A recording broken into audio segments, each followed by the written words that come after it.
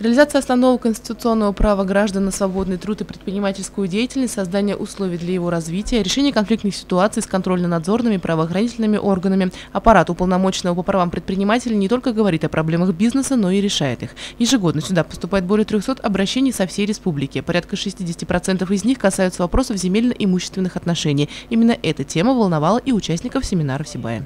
Есть, конечно, активные предприниматели, есть пассивные предприниматели, но часть предпринимателей, которые уже заняты в этом предпринимательстве, работают по этим новым законам, которые очень помогают предпринимателям, по 159 закону.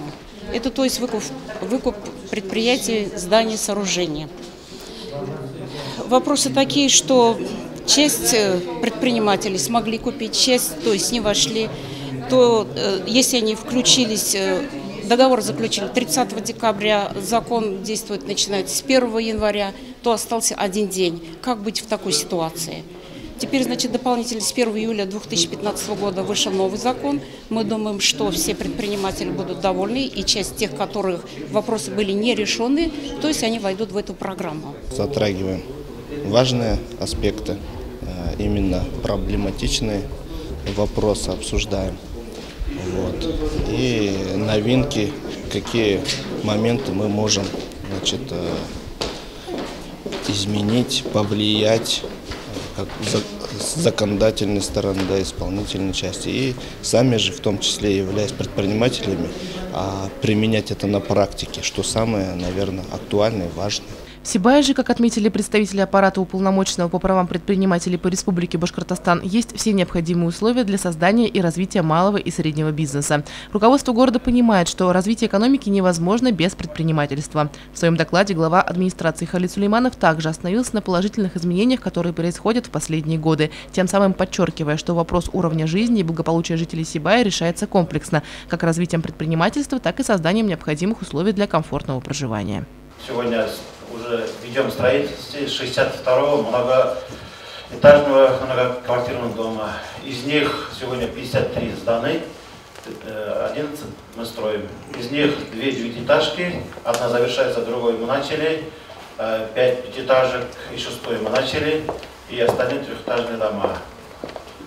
Кроме этого, мы за этот период будем вводить 5-й детский сад.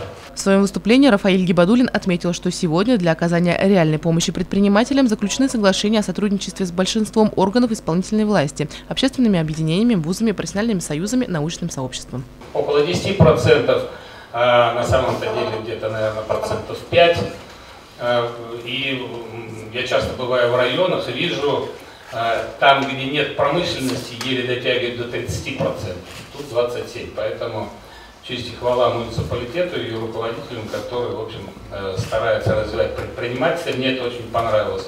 В работе зонального семинара приняла участие и общественный представитель уполномоченного при президенте Российской Федерации по защите прав предпринимателей по имущественным правам, кадастрам и земельным отношениям Марина Карпова. Сфера ее компетенции – вопросы земельно-имущественного комплекса, касающиеся разграничения государственной собственности на землю, земельного надзора, регистрации прав на недвижимое имущество, кадастрового учета недвижимости, кадастровой оценки, приватизации государственного и муниципального недвижимого имущества, установления имущественных налогов и сборов, иных вопросов экономики и недвижимости.